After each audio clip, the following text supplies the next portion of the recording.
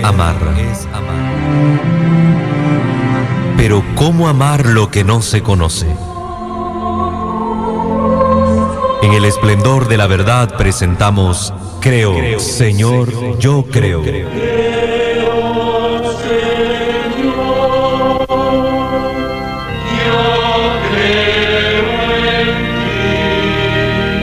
Juntos profundicemos en cómo es la vivencia cotidiana de nuestra fe.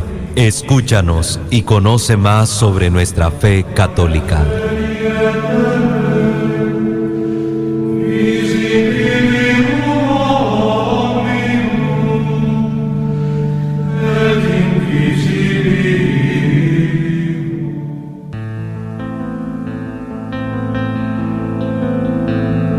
Ahora más que nunca y contra la opinión. Muy buenos días, queridos hermanos. Gracias por estar nuevamente con nosotros hoy día lunes para poder compartir nuestro programa semanal Creo, Señor, yo creo. Está con ustedes su servidor en Cristo, el seminarista Walter Fajardo, y también en controles nos acompaña nuestro hermano Luis Montenegro. Vamos pues a dar inicio a nuestro programa de hoy.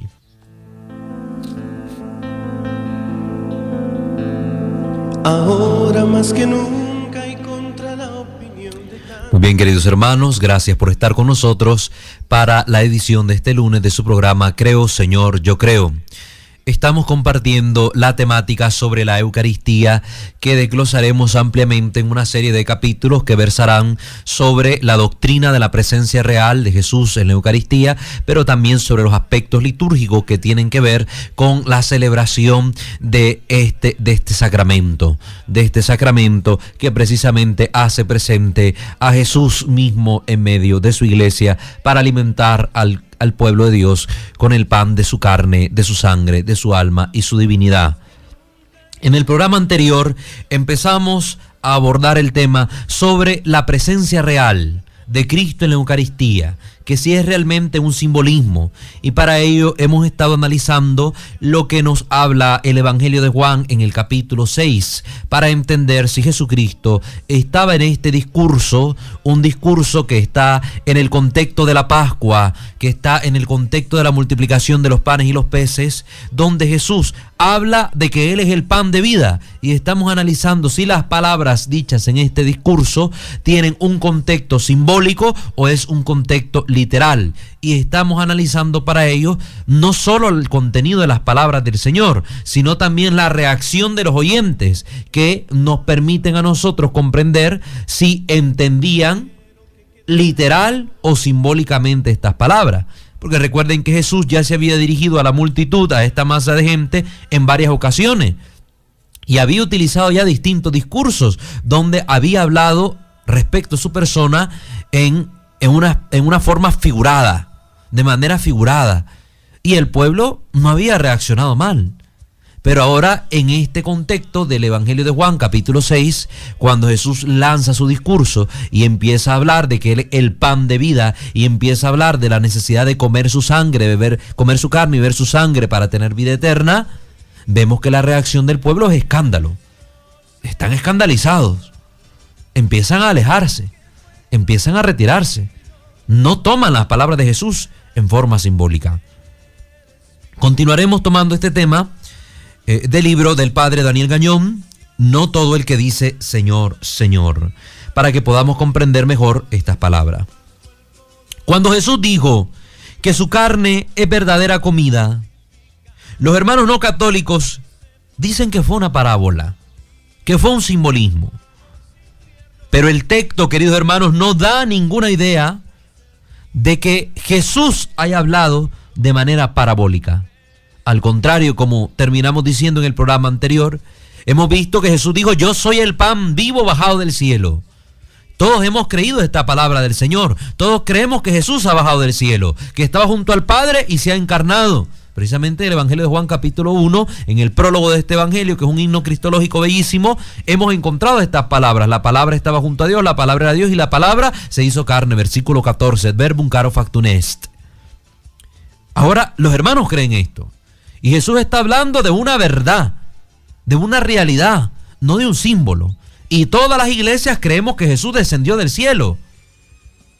¿por qué entonces Jesús iba a mezclar en un discurso donde está hablando de una realidad concreta que debe ser creída por todos los fieles, va a mezclar ahora otras palabras que son simbólicas para luego volver a tomar un discurso sobre una realidad concreta que debe ser creída? No tiene sentido. O todo el discurso tiene un matiz simbólico y deberíamos tomar como un símbolo de que Jesús bajó del cielo, o tiene un matiz real y concreto, donde debemos tomar que Jesús literalmente bajó del cielo y que literalmente nos está diciendo que su carne es verdadera comida y que su sangre es verdadera bebida y que debemos comerlo para tener vida en nosotros. Esta es la confusión de los hermanos no católicos, que desgraciadamente por aquella doctrina luterana de la libre interpretación, cada quien trata de entender el texto como se le da la gana y al final hace decir a la palabra de Dios algo que no dice. Y es ahí donde tenemos la belleza de nuestra Iglesia Católica, que tiene un magisterio dejado por el Señor en los apóstoles para la interpretación adecuada de los textos. Como dice San Pablo en la segunda carta, que en estos textos en la Escritura hay palabras difíciles de entender que muchos interpretan torcidamente para su propia condenación. Y ese es el problema que se presta cuando seguimos la doctrina luterana de la libre interpretación. Cada quien quiere entender el texto como se le da la gana. Y al final, por torcer las Escrituras, termina diciendo una doctrina ajena a las enseñanzas de la Biblia y que terminan corrompiendo la sana doctrina y llevando a otros por caminos extraviados y de perdición. Cuídese de eso, hermano. ¿Quién es usted para interpretar la Biblia según su modo? Aunque usted se diga creyente, aunque usted se diga que tiene el Espíritu Santo, si usted trata de interpretar la Biblia según su propia manera y según su propio entender, entonces está hablando de que el Espíritu Santo es un espíritu de división, no de unidad. Porque si el Espíritu Santo a usted le dice una cosa, al otro hermano le dice otra, al pastor le dice otra, al sacerdote le dice otra y a todo el mundo le dice otra, entonces ese espíritu es un espíritu divisor, un espíritu que no crea unidad, no puede ser el Espíritu de Dios.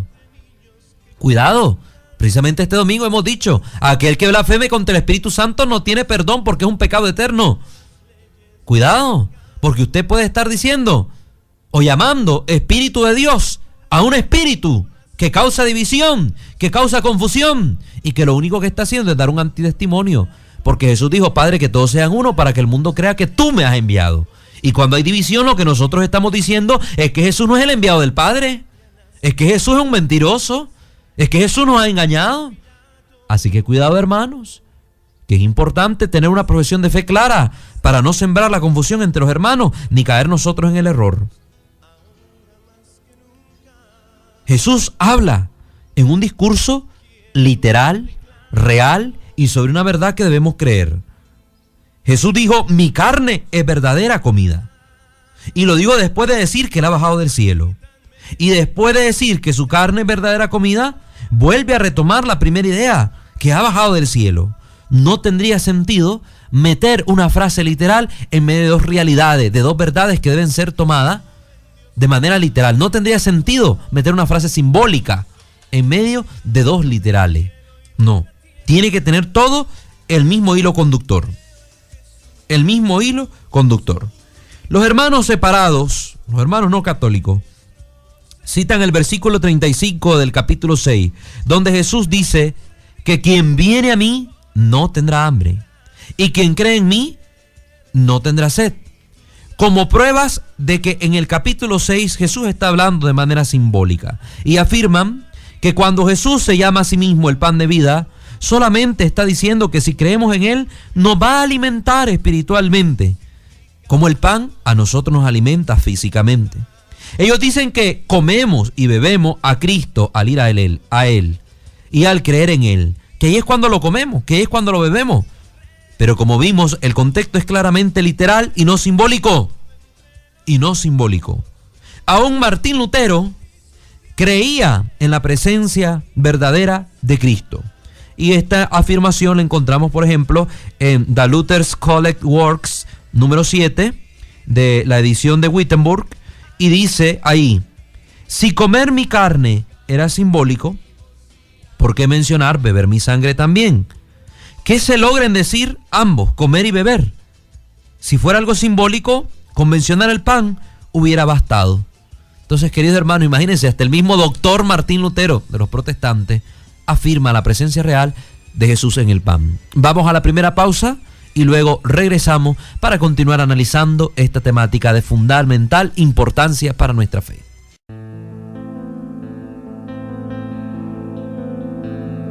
ahora más que nunca.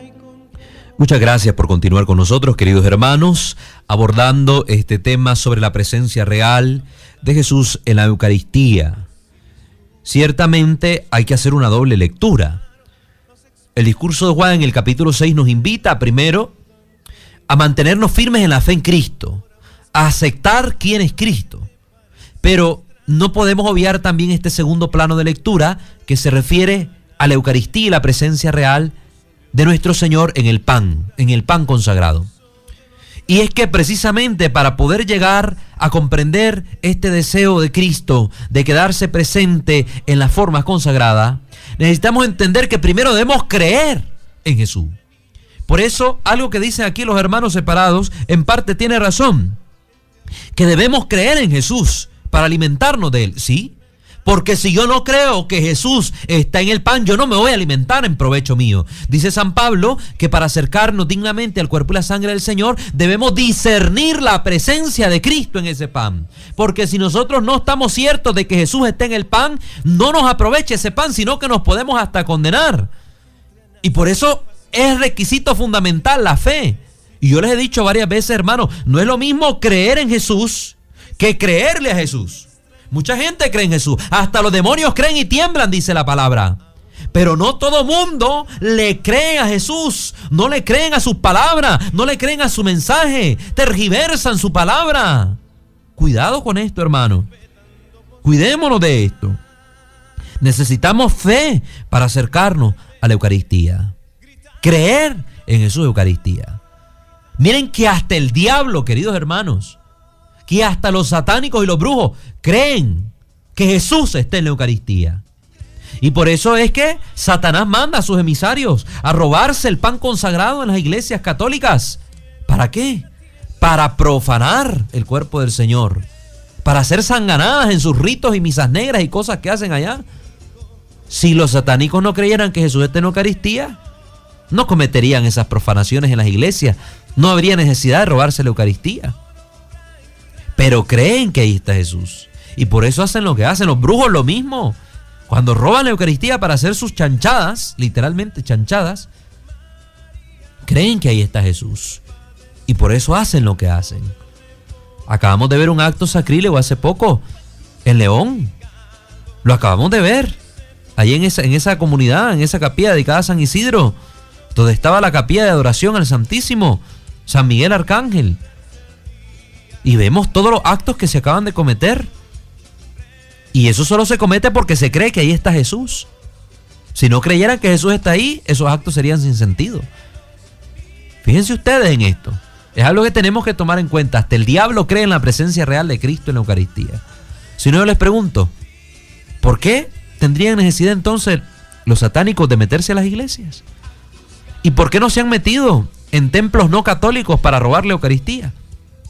Yo nunca he visto que haya una profanación de la Eucaristía en un templo anglicano, por ejemplo. No.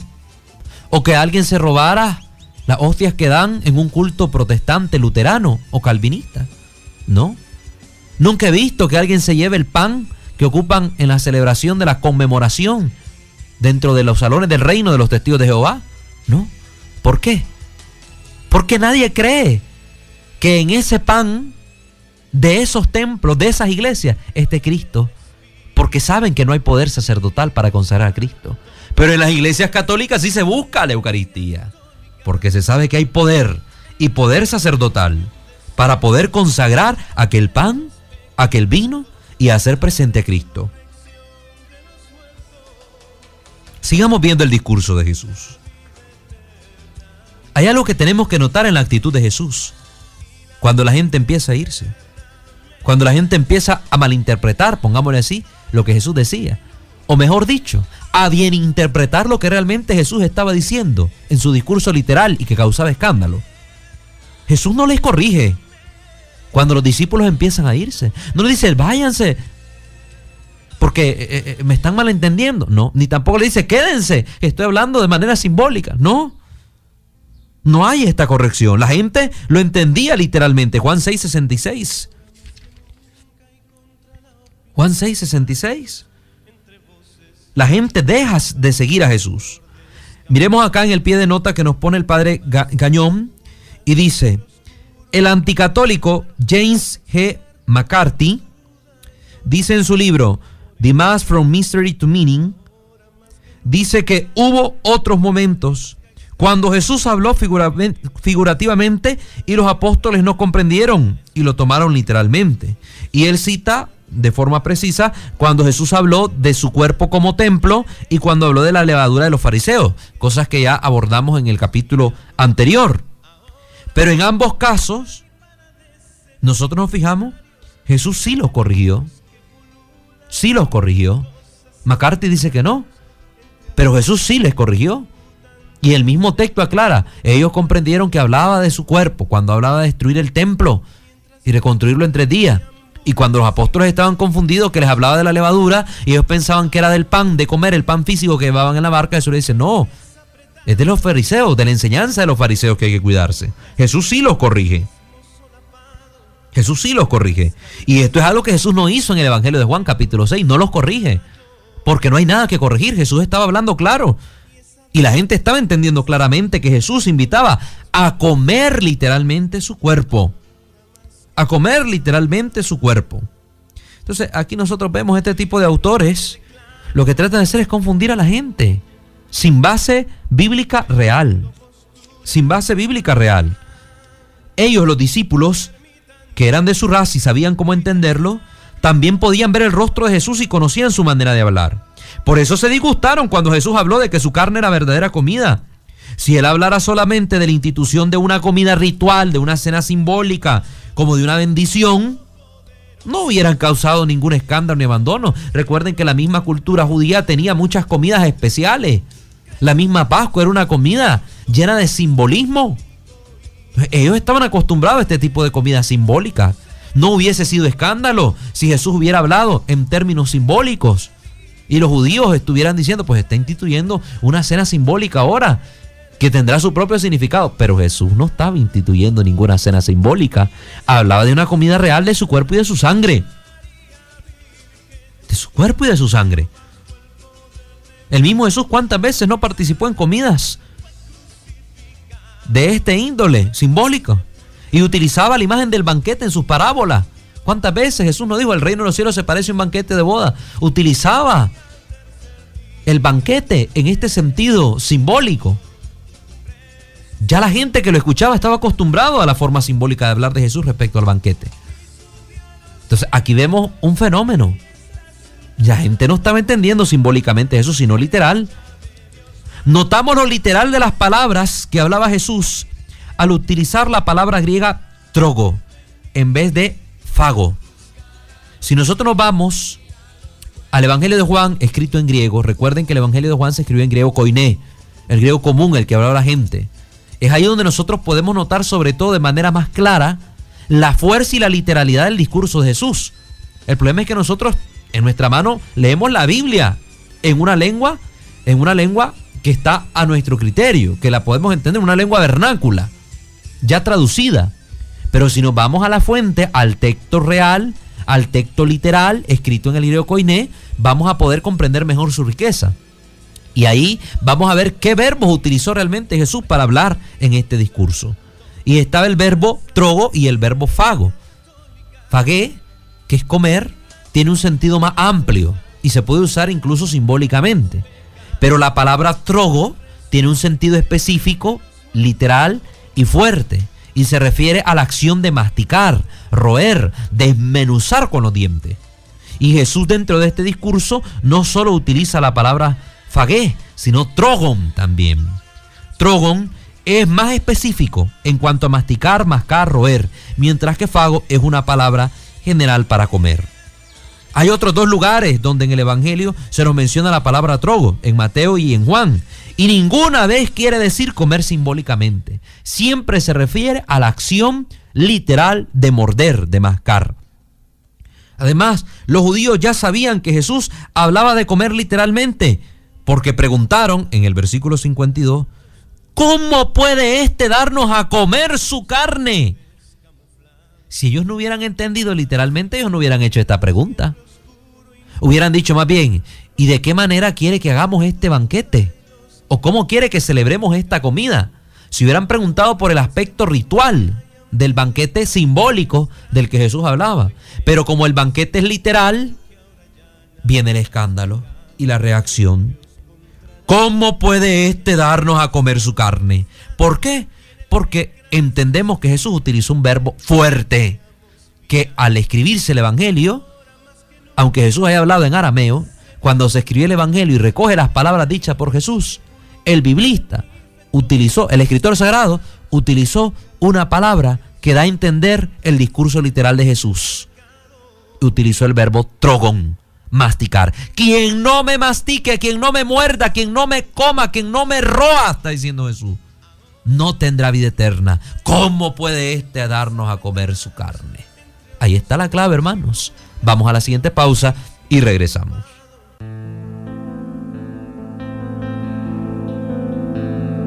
Ahora más que nunca y contra la... Muchísimas gracias por continuar en sintonía. Le enviamos saludos pues a todos los que se nos están reportando a través de los distintos medios. Recuerden que puede textearnos al 8830-2384, el WhatsApp de la radio, y que puede llamarnos al finalizar nuestro bloque doctrinal al número 2714-0660, 2713-9940, o enviarnos mensajes a nuestro Facebook Live, donde estamos recibiendo sus saludos y comentarios, enviarnos un texto a través del Facebook Seminarista Walter Fajardo, o la página oficial del programa Creo Señor Yo Creo, donde también se ha compartido el video.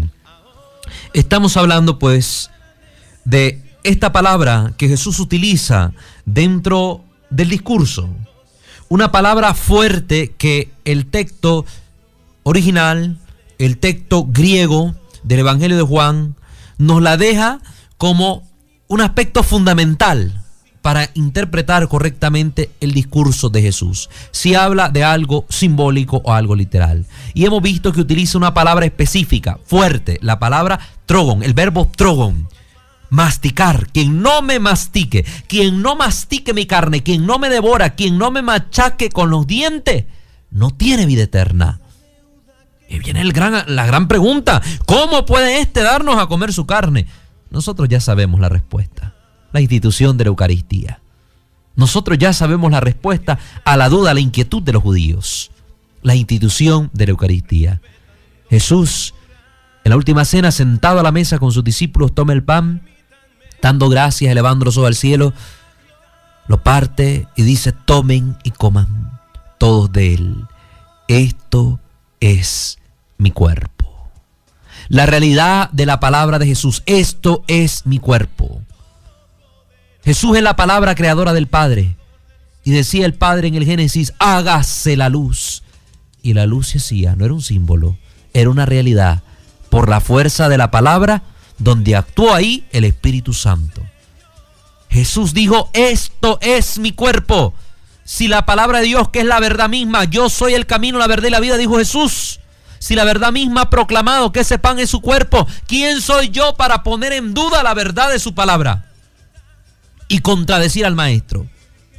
¿Quién soy yo para llamar mentiroso a la verdad misma? Si él ha dicho: esto es mi cuerpo, y le dio el poder a los apóstoles y le dijo: hagan esto en memoria mía. Y el apóstol Pablo lo confiesa: cada vez que comemos este pan y bebemos de este cáliz, anunciamos la muerte del Señor hasta que venga.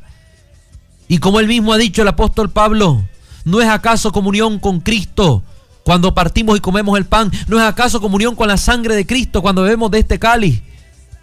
Si la iglesia así lo ha creído, ¿quién soy yo para dudar de la verdad de la fe de la Iglesia Católica sobre la Eucaristía? Verdad contenida en la Santa Escritura.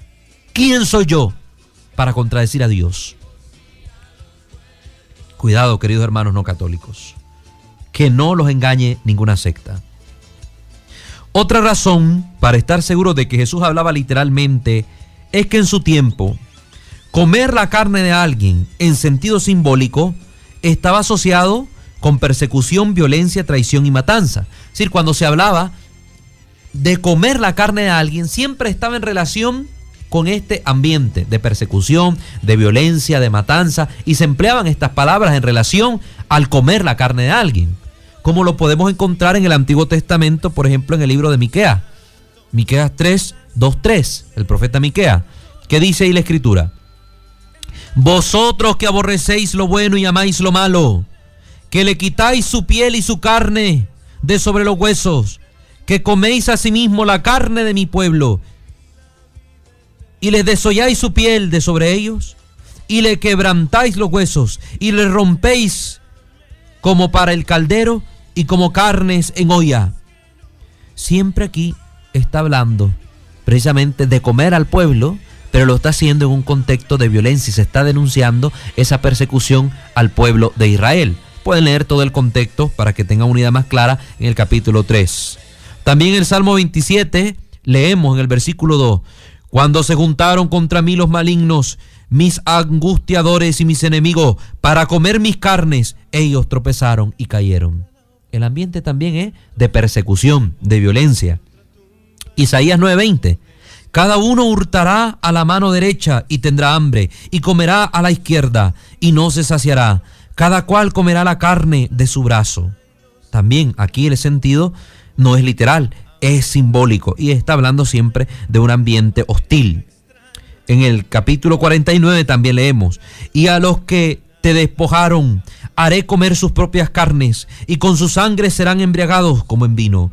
Y conocerá todo hombre que yo, Yahvé, soy Salvador tuyo. También lo encontramos. Y podemos ver también el segundo libro de Samuel, capítulo 23, versículo 15 al 17, y Apocalipsis 17, 6 y también versículo 16, donde el contexto siempre es la violencia, donde el contexto es hostil, donde se habla de persecución. Cuando se habla de manera simbólica, comer la carne de alguien, siempre está el matiz lleno de estos otros verbos, y el contexto y el ambiente siempre es el mismo. Si Jesús habló figurativamente, entonces Jesús hubiera llenado el discurso de estas palabras también, y hubiera dicho, por ejemplo: yo les aseguro que a menos que ustedes persigan, traicionen y maten, no tienen vida. El que cometa la violencia tiene vida verdadera y lo resucitaré en el día postrero. Hubiera hablado en ese término, hubiera sido así el discurso, pero el discurso de Jesús no fue por ahí, porque la palabra de comer su carne no estaba siendo utilizada simbólicamente. Disculpen que parezca un poco repetitivo, pero es que estamos viendo los distintos matices para que comprendamos y quedamos claros de lo que realmente dice la Escritura en el Evangelio de Juan capítulo 6 en el discurso del pan de vida, y para que nadie les dé a tol con el dedo allá afuera. Estamos cansados de falsos pastores que engañan al pueblo de Dios, que les meten doctrinas insanas en su cabeza. Estamos hartos porque se pudren por dentro aquellos hermanos que aceptan estas falsas doctrinas y empiezan a morir espiritualmente porque se les priva del pan de vida, se les priva de la verdad, se les priva de un sacramento de amor donde Cristo quiso quedarse con su pueblo. Cuidado. Algunos hermanos añaden que tales palabras, comer su carne, beber su sangre, no pueden ser literales, porque Jesús dice que el espíritu es el que da vida y la carne para nada aprovecha. Pero Jesús no dice mi carne no aprovecha, sino la carne. Recuerden que en la Biblia carne se refiere no solamente al cuerpo físico de un ser humano, sino también al pecado en comparación con la vida del espíritu. Y esto lo podemos ver en la carta a los Romanos, capítulo 7, versículo 5, y también en la primera carta a los Corintios, capítulo 2, versículo 14, del 3 al 4. Dice: porque mientras estábamos en la carne, las pasiones pecaminosas que eran por la ley, obraban en nuestros miembros, llevando fruto de muerte. ¿Se fijan? Cuando se habla de carne en la Biblia hay que entender también el contexto que rodea esta palabra para comprender en qué sentido se emplea. Cuando Jesús dice la carne no aprovecha para nada, está hablando del pecado. El pecado no aprovecha para nada, no sirve, es el espíritu el que da vida. Lo mismo que debemos entender con aquella famosa excusa que ocupa mucho: es que la carne es débil y el espíritu es fuerte. La carne es débil, se refiere al pecado. Estar en pecado debilita al hombre, mata al hombre, pero estar en la gracia de Dios, el espíritu es fuerte, nos da la fuerza para continuar adelante. Hay que entender el contexto en el que se dicen esas palabras. El hombre sin Dios es débil, la carne, la mera materia. Pero el hombre con Dios, el espíritu, es fuerte. Recuerden, San Pablo nos acaba de decir en la segunda carta a los Corintios, que leímos en la segunda lectura de este domingo, precisamente, que lo que se ve es efímero, se acaba. pero que lo que no se ve es eterno. Eso lo decía. No sé si estuvieron atentos a la Eucaristía, en la misa, en la proclamación de la palabra. Entonces, aquí hay que tener cuidado. Aquí hay que tener cuidado cómo interpretamos la palabra del Señor. No andamos conforme a la carne, sino conforme al Espíritu. Porque los que son de la carne piensan en las cosas de la carne, pero los que son del Espíritu, en las cosas del Espíritu. Romanos 8, 4, 5. Cita clara y literal, para entender qué tipo de carne es la que no aprovecha. La de Jesús sí. Él dijo, mi carne sí es verdadera comida. Mi carne sí es verdadera comida. Pero el que come el pecado, la carne del pecado, ese está muerto. Come comida envenenada, por así decirlo. Entendámoslo, hermanos. Jesús no estaba ofreciendo comer su cuerpo en ese momento. Jesús tampoco le estaba diciendo a los judíos, vengan, péguenme un mordisco. No. Jesús estaba dando un discurso que era el contenido de algo más grande que él iba a realizar. Estaba dando el contenido, y por eso se dice que en el Evangelio de Juan capítulo 6 encontramos todo el contenido teológico de lo que iba a ser la institución del sacramento de la Eucaristía, quinto misterio de luz que meditamos cada jueves. Eso era lo más grande, esa era la riqueza. Vamos a ir pues a una pausa para continuar desarrollando esta parte del tema y así luego pasar al bloque de Hablando con la Gente.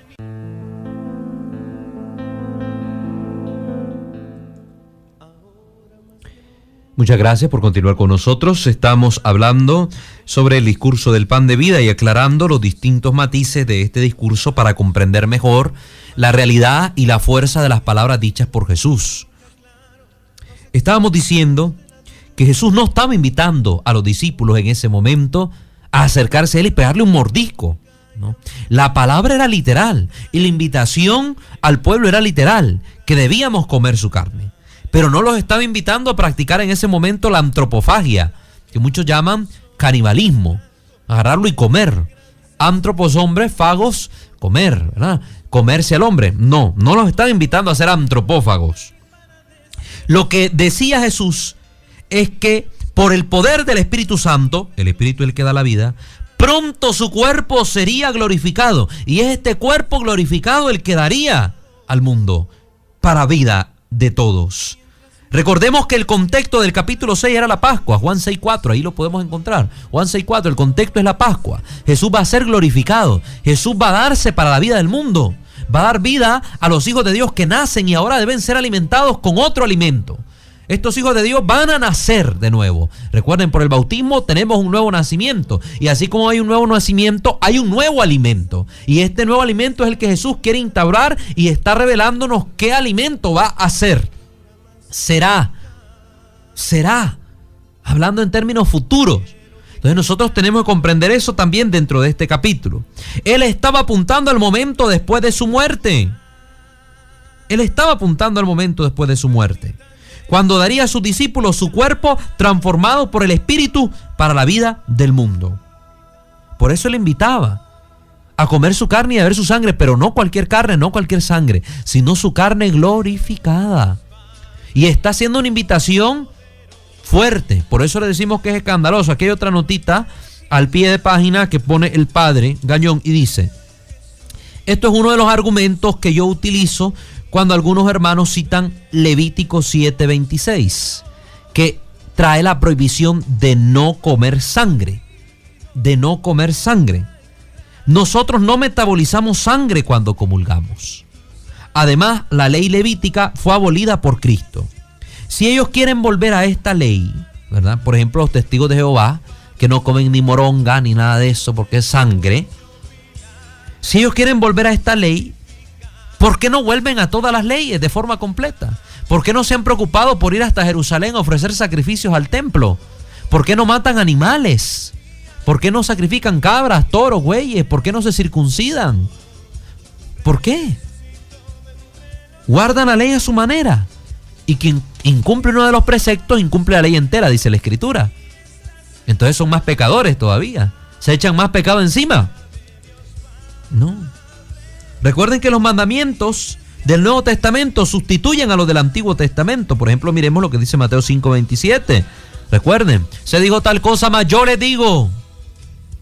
El mandamiento de no comer sangre es reemplazado por Jesús, que nos dice que si no comemos de su sangre no tenemos vida eterna.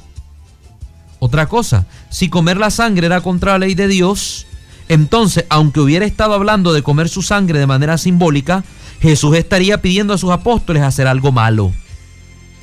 Si alguien simbólicamente comete la fornicación, sigue cometiendo una cosa inmoral. Por eso Jesús dijo: quien mira a una mujer deseándola en su corazón, ya comete adulterio. Sería que Jesús estuviera invitando también al pueblo judío a hacer algo malo. Se fijan, por eso hay que tener cuidado cómo interpretamos las palabras del Señor. Aquí Jesús está hablando claro y habla de comer su sangre. Queda abolida la ley de Levítico, porque ahora ya esa prohibición de comer sangre ya no tiene sentido. De hecho, el mismo Cristo dijo: no es lo que entra por la boca lo que daña al hombre, sino lo que sale del corazón. Y con eso purificaba todos los alimentos. Por eso nosotros no tenemos ningún problema en comernos una moronguita rica con sal y limón y su tortilla calientita. No hay ningún problema. No andamos con esa mentalidad veterotestamentarista. Cuidémonos. Cuidémonos. Jesús está realmente presente en el pan de vida. Y eso lo vamos a ver cuando hagamos un estudio aquí de los milagros eucarísticos, que los vamos a analizar. Vamos a analizar los milagros eucarísticos, aquellas formas donde el pan se ha convertido en carne y sangre y es estudiado por la ciencia, y veremos cuáles son los resultados científicos de ese análisis. Cosas que no pueden contradecir los protestantes. Yo no sé cómo no creen. Por eso dice un dicho: para aquel que cree, ninguna prueba es necesaria. Pero para el que no cree, ninguna prueba será suficiente. Y este es el problema de los protestantes, porque han elegido la mentira. Y dice 2 Tesalonicenses que Dios mismo les ha enviado un espíritu que les hace perseverar en la mentira, porque escogieron la mentira antes que la verdad que les hubiera salvado. 2 Tesalonicenses capítulo 2. Es en la Escritura que está todo eso, hermano. Es en la Escritura. Jesús, pues, cuando dio el discurso, estaba apuntando al momento después de su muerte, cuando daría a sus discípulos su cuerpo transformado por él, por el Espíritu, para la vida del mundo. Porque el Espíritu da vida. El pan que yo daré, miren, el término está en futuro, no les está diciendo ahorita. El pan que yo daré, Juan 6:51, es mi carne, la cual yo daré para la vida del mundo.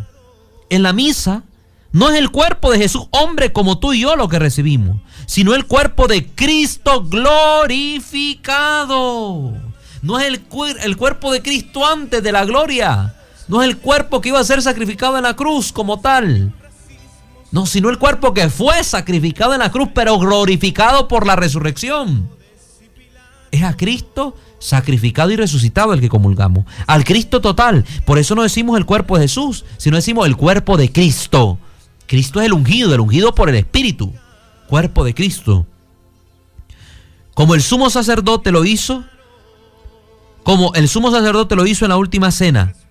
En la misa, el sacerdote, representando a Cristo, pronuncia sobre el pan y el vino las mismas palabras. Esto es mi cuerpo, esto es mi sangre. Recuerden que la Escritura en la carta a los Hebreos nos dice que Jesús es el sumo y eterno sacerdote de nuestra fe. Y Él, como sumo y eterno sacerdote de nuestra fe, en la última cena, realizó esta acción, esta bendición, y permitió que su cuerpo y su sangre quedaran vivo y real, presente en ese pan. Así el sacerdote en cada misa pronuncia esas mismas palabras con el mismo efecto, por el mismo poder recibido del único y sumo y eterno sacerdote, en el cual el sacerdote es sacerdote. ¿Por qué? Porque el sacerdote en la Iglesia Católica no es un nuevo sacerdote cada vez como en el Antiguo Testamento. Cada sacerdote era un nuevo sacerdote. En la Escritura, en el Nuevo Testamento, se nos da a entender, y es la realidad de la fe católica, que el sacerdocio católico es sacerdocio en el sacerdocio de Cristo. Por eso cada sacerdote es sacerdote en Cristo, en la persona de Cristo. Y cuando el sacerdote actúa, es Cristo quien actúa, no el sacerdote por su cuenta. Es Cristo quien actúa, porque el poder que está actuando en ese momento es el poder mismo de Cristo, sumo y eterno sacerdote, por la acción del Espíritu Santo. Así el sacerdote repite con la autoridad divina esas palabras y tiene el mismo efecto. Esto es mi cuerpo, esta es mi sangre. Y el Espíritu da vida, y las palabras que yo he hablado son espíritu y vida. Juan 6:63. Espíritu y vida. Este mismo Espíritu que dio vida a la creación, Génesis 1:2, y formó la vida del Mesías en el seno de María, transforma el pan en cuerpo de Cristo y el vino en la sangre de Cristo. Es una acción trinitaria. Está realmente Dios presente ahí. El Padre, el Hijo y el Espíritu Santo actuando. Pues el Padre es el que nos da al Hijo y el Hijo se nos da en el pan y en el vino por la acción del Espíritu Santo. Es acción puramente trinitaria la que tenemos en la Santa Eucaristía. El citar a Jesús, mis palabras son espíritu y vida, para afirmar que tales palabras son simbólicas, no tiene sentido, queridos hermanos protestantes. Cuando reflexionamos, las palabras de Jesús son espíritu y vida, por supuesto, pero no todas las cosas son simbólicas. Aquí se dijeron palabras literales y reales que nosotros debemos entender. Voy a tener que dejar por acá, ¿verdad?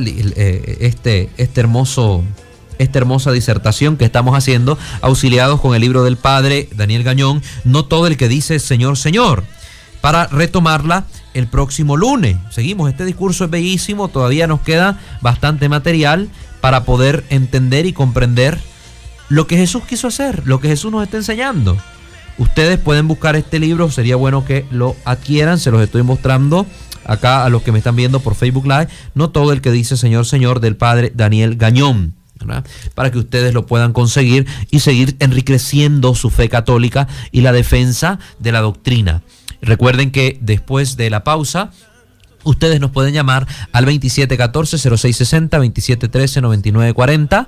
Repito, 2714-0660 y 2713-9940. También puede escribirnos al WhatsApp 8830-2384. 8830-2384. Igualmente nos puede escribir a través de nuestra plataforma digital en el Facebook Live. Asimismo, les recuerdo que este programa tiene su reprise los días sábados. Los sábados a las 7 de la mañana por esta misma radio, ¿verdad? Sábados a las 7 de la mañana. Y también tenemos el programa que se está transmitiendo los días domingos a las 8 de la mañana por Televisión Radio 94.9 para que ustedes pues por ahí nos puedan escuchar. Igualmente estos programas son montados en la web a través de nuestro canal de YouTube, Creo Señor Yo Creo, donde compartimos nuestros links a la página de Facebook para que usted pueda tomar ahí el link y compartirlo con sus familiares en el extranjero, con sus hermanos de comunidad, en la parroquia, etcétera. Recuerden que es importante evangelizar a los demás.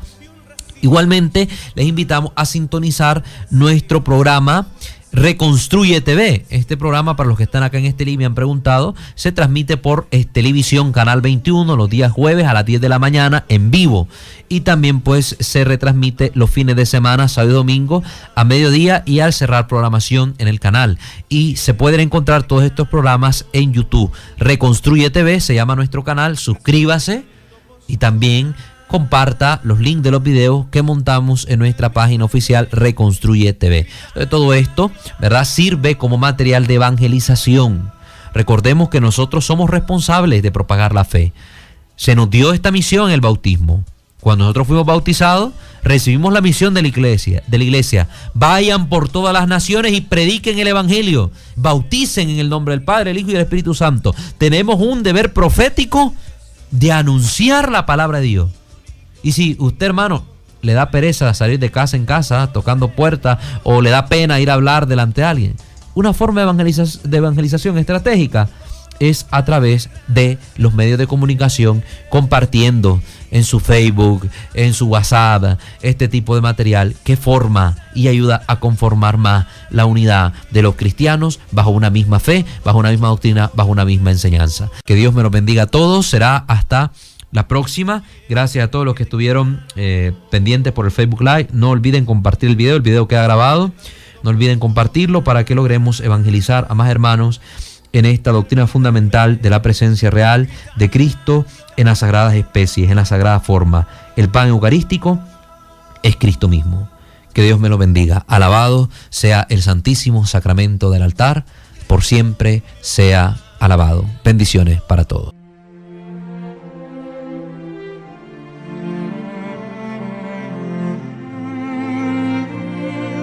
Creer es amar. Pero ¿cómo amar lo que no se conoce? En el esplendor de la verdad hemos presentado Creo, Señor, yo creo.